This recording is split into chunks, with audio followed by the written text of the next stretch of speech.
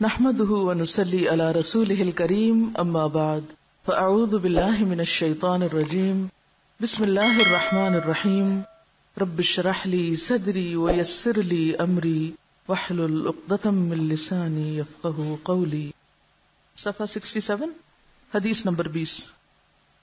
عن عبد الله بن سلام قال لما قدم النبي صلى الله عليه وسلم المدينة جئت فلما تبينت وجهه عرفت ان وجهه ليس بوجه كذاب فكان اول ما قال يا ايها الناس افشوا السلام واطعموا الطعام وصلوا الارحام وصلوا بالليل والناس نيام تدخلوا الجنة بسلام. رواه الترمذي وابن ماجہ والدارمی.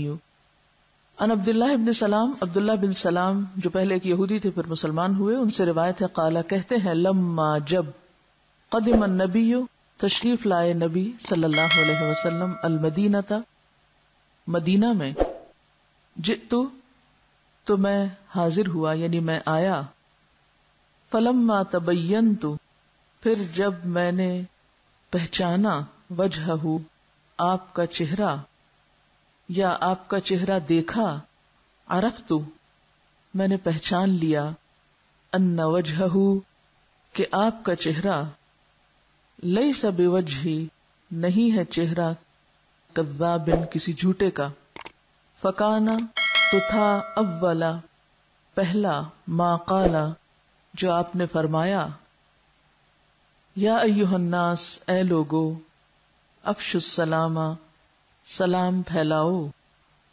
واطعموا الطعام اور کھانا کھلاؤ، وصلوا الارحام اور رشتوں کو جوڑو، وصلوا باللیل اور نماز پڑھو رات کو، والناس نیام اور لوگ سو رہے ہوں، تدخلوا الجنۃ تم داخل ہوگے جنت میں، بسلام سلامتی کے ساتھ.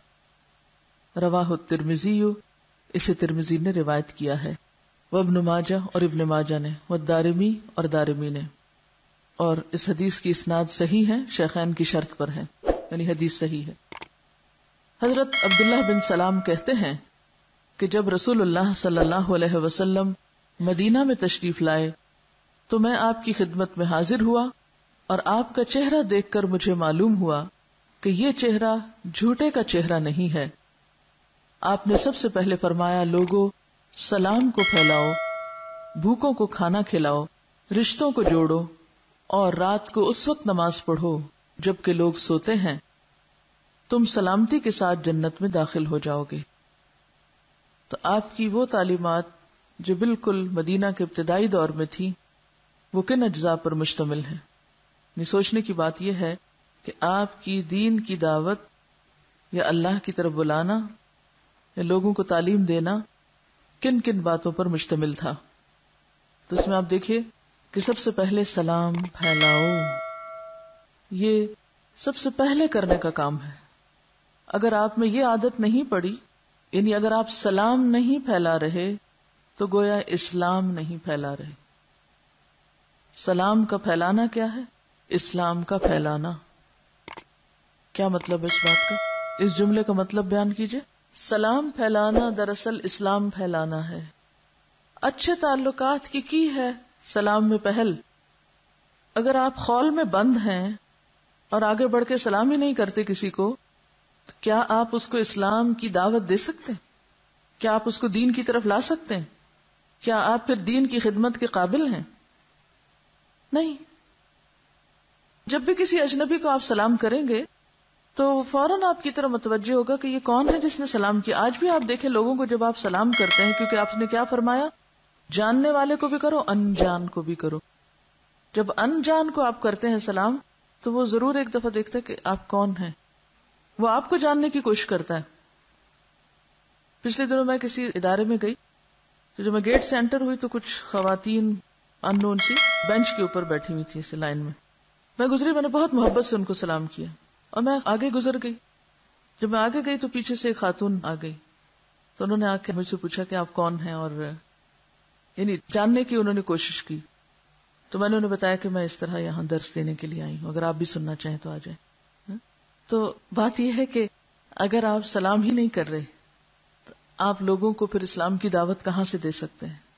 جب آپ آغاز کریں گے تو دوسرا ضرور جاننے کی کوشش کرے گا کہ آپ کچھ مختلف ہیں، آپ کون ہیں. اور آپ دیکھیے کہ آج ہمارا دین اجنبی ہو گیا ہے. دین اجنبی کیسے ہوا؟ کہ دین کے شعار اجنبی ہو گئے، خود غرضی عام ہو گئی لوگوں میں، دوسروں کی خیرخواہی کم ہو گئی، اپنی ذات کا فائدہ دوسروں کے فائدے پر غالب آ گیا. یہ کسی نو مسلم کی کہانی سنا رہی ہیں کہ وہ کسی ریسٹورانٹ میں چائے پینے کے لیے جاتا، کسی عرب کا ریسٹورانٹ تھا، تو اس میں وہ دیکھتا کہ کچھ مسلمانوں کے گروپ یعنی لوگ آپس میں آ کے ایک دوسرے کو بہت اچھی طرح گریٹ کرتے ہیں. تو اس کو یہ انداز بہت اچھا لگا اور اس سے اس کا تجسس شروع ہوا اور بالآخر وہ مسلمان ہوا. تو اس میں تو کوئی شک ہے ہی نہیں. اب دیکھیے کہ پہلی ملاقات ہے حضرت عبداللہ بن سلام کی، اور جو پہلے یہودی تھے، اب یہ یہودیت کے عالم میں آپ کی بات سننے کے لیے گئے. آپ کو دیکھتے ہیں تو آپ کی شکل دیکھ کے کہتے ہیں کہ یہ چہرہ کسی جھوٹے کا چہرہ نہیں ہو سکتا. اور پھر تعلیمات جب سنتے ہیں تو پہلی بات جو آپ نے سکھائی لوگوں کو وہ کیا تھی؟ افشوا السلام. اور دوسری پھر حقوق العباد پر وَأَطْعِمُوا الطَّعَامَ، کھانا کھلاؤ. اور تیسری چیز وَصِلُوا الْأَرْحَامَ، رشتہ داریاں جوڑو. اور جوڑنے کا مطلب کیا ہے؟ کہ ایک دوسرے کی خبر رکھو، تعلق قائم رکھو، ایک دوسرے کو فراموش نہ کر دو، بھول نہ جاؤ. آج ہی میں کسی شخص کا واقعہ پڑھ رہی تھی کہ اس نے لکھا کہ مجھے اپنا کام بہت پیارا تھا. کسی پروفیشنل کا واقعہ کہ مجھے اپنا کام بہت پیارا تھا، اور اس کام میں جب میں دفتر میں جاتا تو مجھے لگتا کہ کوئی کام میرے بغیر نہیں ہو سکتا، اس لیے ہر کام میں اپنا حصہ ضرور ڈالنے کی کوشش کرتا. ہر رپورٹ، ہر سرگرمی، ہر ایکٹیویٹی، ہر چیز میں سمجھتا کہ یہ کام نہیں ہو سکے گا اگر میں اس میں نہیں. اور اس طرح صبح سے شام تک میں سب کچھ بھول گیا اور صرف کام اور کام اور کام پہ رہ گیا. اچھا، اس کا نتیجہ کیا ہوا؟ رشتہ دار بھی دور ہو گئے اور لوگ بھی، گھریلو زندگی بھی اس سے متاثر ہوئی. تو پھر کہتے کہ میں نے ریئلائز کیا کہ آخر کیا وجہ ہے کہ میری زندگی میں اتنا کام کرنے کے باوجود بھی وہ خوشی کیوں نہیں. تو مجھے پتا چلا کہ میرے کام کرنے کا طریقہ صحیح نہیں. میں اپنے آپ کو بڑی چیز سمجھتا ہوں، بہت اہم سمجھتا ہوں، اور میں سمجھتا ہوں کہ شاید دنیا کا کوئی کام میرے بغیر نہ چلے. کہتے کہ اس کے بعد پھر میں نے اپنے اوقات کی تقسیم کی، کچھ وقت بیوی بچوں کے لیے، کچھ وقت والدہ کے لیے، اور کچھ اور کاموں کے لیے، اور اس کے ساتھ ساتھ کام دوسروں کو دینا شروع کیا، جسے ڈیلیگیشن آف ورک کہتے ہیں. تو میری حیرت کی انتہا نہ رہی کہ دوسروں کو کام دینے سے کام کی کوالٹی بھی بہتر ہوئی، کیونکہ ایک ہی شخص ہر کام اچھا نہیں کر سکتا کسی بھی صورت، کیونکہ کمال صرف اللہ کی ذات کو ہے. ایک شخص کسی ایک چیز میں بہت اچھا ہو سکتا ہے، دوسرے میں نہیں. پھر اس کے بعد میرے اپنے دفتر کے لوگوں سے بھی تعلقات اچھے ہوئے. جب کام ان کو دینا شروع کیا، ان پر اعتماد کا اظہار ہوا، ان سے کمیونیکیشن بڑھی، زیادہ سے زیادہ کام مشوروں سے ہونے لگا. اس طرح کام بھی بہتر ہوا، میری ازدواجی زندگی بھی بہتر ہوئی، اور رشتہ داروں کے ساتھ تعلق درست ہونے کی وجہ سے میری خوشیوں میں کئی گنا زیادہ اضافہ ہو گیا. اور یہ انتہائی عقل مندی کی بات ہے. اور یہ سوچ اسی وقت انسان کو آتی جب انسان یہ دعا بھی مانگے کہ اللہ مجھے میری غلطیاں دکھا، میری کوتاہی کہاں ہے، میری کمی کہاں ہے. جب تک عاجزی نہ ہو بندے کے اندر، اپنی غلطی کو دیکھنے کا حوصلہ نہ ہو اور اس کو مان کے پھر اصلاح کرنے کا، تو آپ ترقی نہیں کر سکتے، کامیاب نہیں ہو سکتے. ہم سب کو اس بات پر اپنے آپ کو پرکھنا چاہیے. ہم ایک تو اپنے آپ کو انڈسپینسیبل نہ سمجھیں کہ میں نہ ہوئی تو دنیا کا نظام نہ چلے گا. خصوصاً یہ کمزوری عورتوں میں زیادہ ہے مردوں کی نسبت. کیوں؟ ہم عورتیں اپنے گھروں کو جب دیکھتی ہیں تو کیا سوچتی ہیں؟ میں ایک دن گھر نہ رہی تو گھر کا نظام الٹ جائے گا. اگر میں نے درس نہ دیا تو درس ہو نہیں سکتا. اگر میں نے یہ نہ لکھا تو کوئی لکھنے والا نہیں پیدا ہوگا. آپ انسان ہیں، مان جائیں کہ کمزور ہیں، آپ سب کچھ نہیں کر سکتے. اور کیا یہ اس سے بڑا صدقہ نہیں کہ آپ دوسروں کو بھی کرنا سکھا دیں؟ اگر آپ واقعی بڑی چیز ہیں، خود پسندی میں مبتلا ہیں، انجانے میں بھی، تو بھی دوسروں پر رحم کریں اور دوسروں کو کام سکھائیں، ڈیلیگیٹ کریں، دوسروں کو دینا شروع کریں. اور آپ ڈیلیگیٹ نہیں کر سکتے جب تک کہ آپ کے اندر حوصلہ نہیں معاف کرنے کا، حوصلہ نہیں دوسروں کی غلطیوں کو بھول جانے کا، حوصلہ نہیں دوسروں کو اپنی ذات پہ اہمیت دینے کا. کیونکہ یؤثرون علی انفسہم ولو کان بہم خصاصہ. جب تک ہم دوسرے کو اہمیت نہیں دیں گے، دوسرے کو کوئی چیز نہیں سمجھیں گے، تو بھلا ہم کس طرح اس کو کام دے سکتے ہیں؟ ہم کہیں یہ بھی نکما، یہ بھی بے وقوف، یہ بھی پاگل، یہ بھی فلانا، یہ فلانا، سب کچھ ہوں تو میں ہی ہوں، کیسے کام ہوگا؟ تو آپ دیکھیے بعض لوگ دین کی طرف آتے ہیں تو کیا ہوتا ہے، رشتوں کو بھول جاتے ہیں، سالوں نہیں ملتے، دنوں فون نہیں کرتے، حتیٰ کہ بہن بھائیوں کے بچوں تک کے نام نہیں آتے ان کو، اور شاید بعض اوقات تو اپنے بچوں کو بھی نہیں آتے. یہ نہیں اکثر مردوں کو پتا ہوتا کہ ان کے بچے کس کلاس میں ہیں، یعنی اتنے لا تعلق اپنی فیملی سے. تو یہ صلہ رحمی نہیں ہے. چاہے آپ دین کا کام کریں، چاہے آپ دنیا کا کریں، کچھ بھی کریں، جب تک آپ کی زندگی میں اعتدال نہیں، توازن نہیں، اور آپ سب کے لیے کچھ نہ کچھ وقت نہیں نکالتے. اس میں صرف فرق کس بات کا؟ تقسیم کار. یہ وقت خاندان کے لیے، یہ وقت پڑھنے کے لیے، یہ وقت پڑھانے کے لیے، یہ وقت خدمت خلق کے لیے، وغیرہ وغیرہ، جو بھی آپ کو کرنا ہے. لیکن یاد رکھیے، سنت کو ترک کر کے، سلام چھوڑ کے، کھانا کھلانے کی صفت چھوڑ کے، رشتہ داریوں کا خیال رکھنے کی صفت چھوڑ کے آپ چاہیں آپ دین کے ہیرو بن جائیں، چیمپئن، کچھ بھی فائدہ نہیں، اس کام میں کوئی برکت نہیں ہوگی.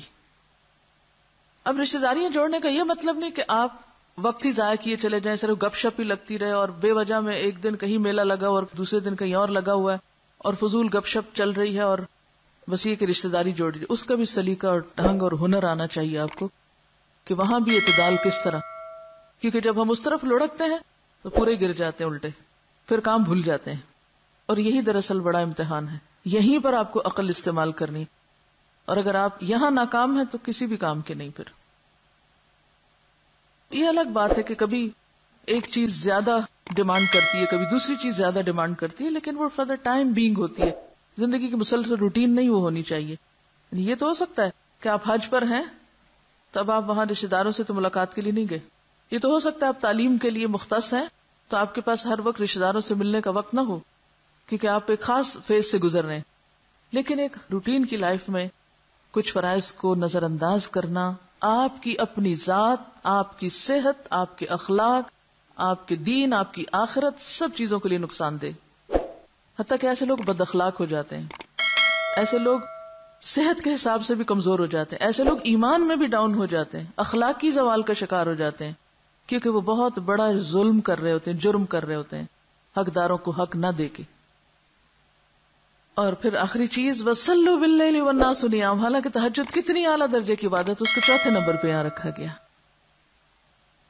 وَعَنْ عَبْدِ اللَّهِ بْنِ عَمْرٍ قَالَ قَالَ رَسُولُ اللَّهِ صلی اللہ علیہ وسلم اعبدوا الرحمن وَأَطْعِمُوا الطَّعَامَ وَأَفْشُوا السَّلَامَ تَدْخُلُوا الْجَنَّةَ بِسَلَامٍ. رواہ الترمذی وابن ماجہ. اور حدیث حسن صحیح ہے. یہ اس لیے چھوٹا چھوٹا لکھ لیجئے تاکہ کل کو آپ کسی کو پڑھائیں یا بتائیں تو آپ کو خود بھی پتا ہو کہ حدیث کا درجہ کیا ہے. عبداللہ بن عمرو سے روایت ہے، قال کہا، قال رسول اللہ صلی اللہ علیہ وسلم، رسول اللہ صلی اللہ علیہ وسلم نے فرمایا، اعبد الرحمن، رحمان کی عبادت کرو، رحمان کی بندگی کرو، وَأَطْعِمُ الطَّعَامَ، اور کھانا کھلاؤ، وَأَفْشُوا السَّلَامَ، اور سلام کو عام کرو، تدخلوا الجنت بسلام، تم داخل ہو جاؤ گے جنت میں سلامتی کے ساتھ.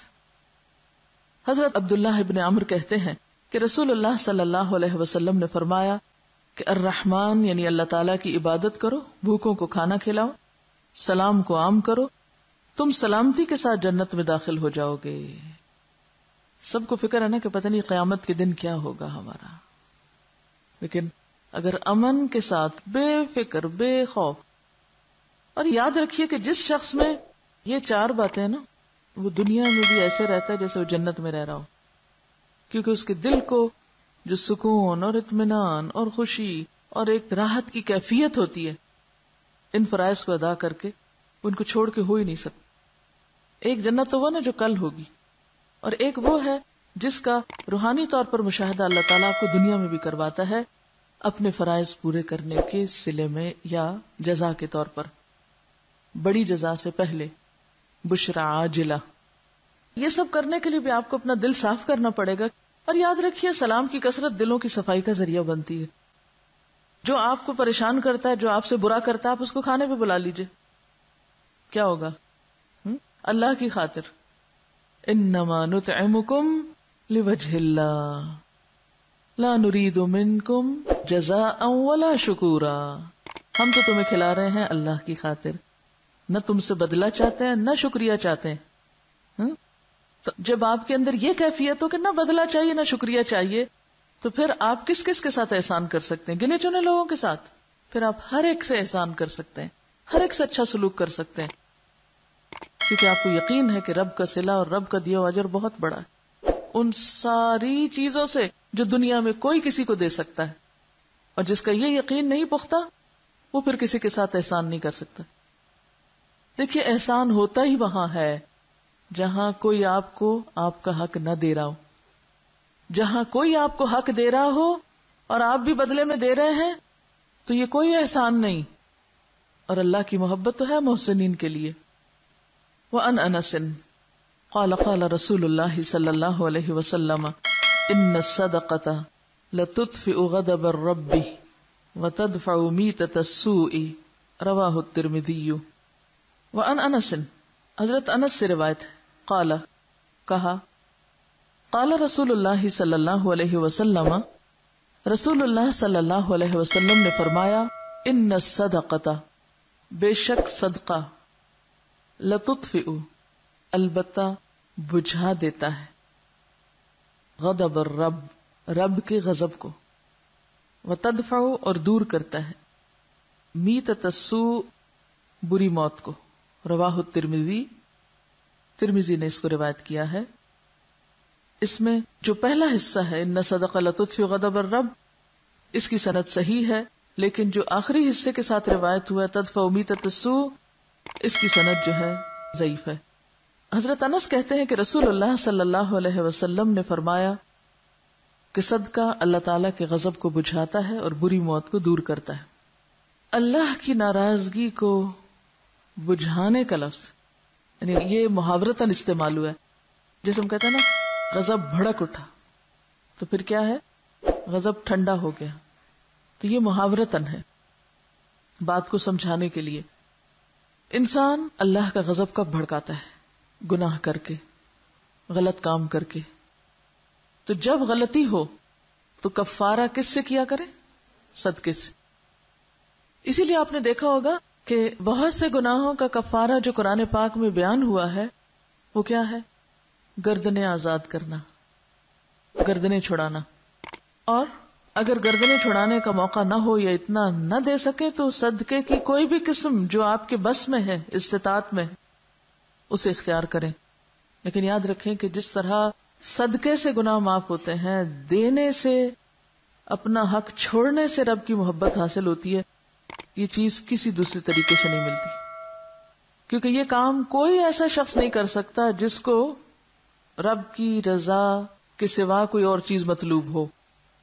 یہ صرف وہ کر سکتا ہے جس کو رب کی رضا چاہیے. وعن جابر قال قال رسول اللہ صلی اللہ علیہ وسلم کل معروف صدقہ وان من المعروف ان تلقى اخاك بوجه طلق وان تفرغ من دلوك في اناء اخيك رواه احمد والترمذي. وعن جابر جابر سے روایت ہے، قال کہا، قال رسول اللہ فرمایا رسول اللہ صلی اللہ علیہ وسلم نے، کل معروف صدقہ ہر نیکی صدقہ ہے، وان من المعروف اور بے شک نیکی میں سے ہے، ان کے تلقا تو ملاقات کرے، اخا کا اپنے بھائی کی، بوجہ طلق کھلے چہرے کے ساتھ، بشاش چہرے کے ساتھ، وان اور یہ کہ تفرغ تو ڈال دے، من دلوکا اپنے ڈول میں سے، فی اناء اخیکا اپنے بھائی کے ڈول میں. رواہ احمد، اسے احمد نے روایت کیا اور ترمذی نے. حضرت جابر کہتے ہیں کہ رسول اللہ صلی اللہ علیہ وسلم نے فرمایا کہ ہر نیکی صدقہ ہے. ان الحسنات یذھبن السیئات، اور یہ امر بھی نیکی میں داخل ہے کہ تو اپنے چہرے کو بشاش بنا کر اپنے بھائی سے ملاقات کرے. یعنی خوش خوش جا کے کسی سے ملنا یہ بھی نیکی ہے. یہ بھی صدقہ ہے. اور اپنے ڈول سے اپنے بھائی کے برتن میں پانی بھر دے، یعنی نکالا تھا ڈول اپنے لیے، نکال چکے تو دیکھا کوئی کھڑا ہے، اب کہ اچھا لاؤ میں تمہیں بھر دیتا ہوں. خاص طور پر ایسے لوگ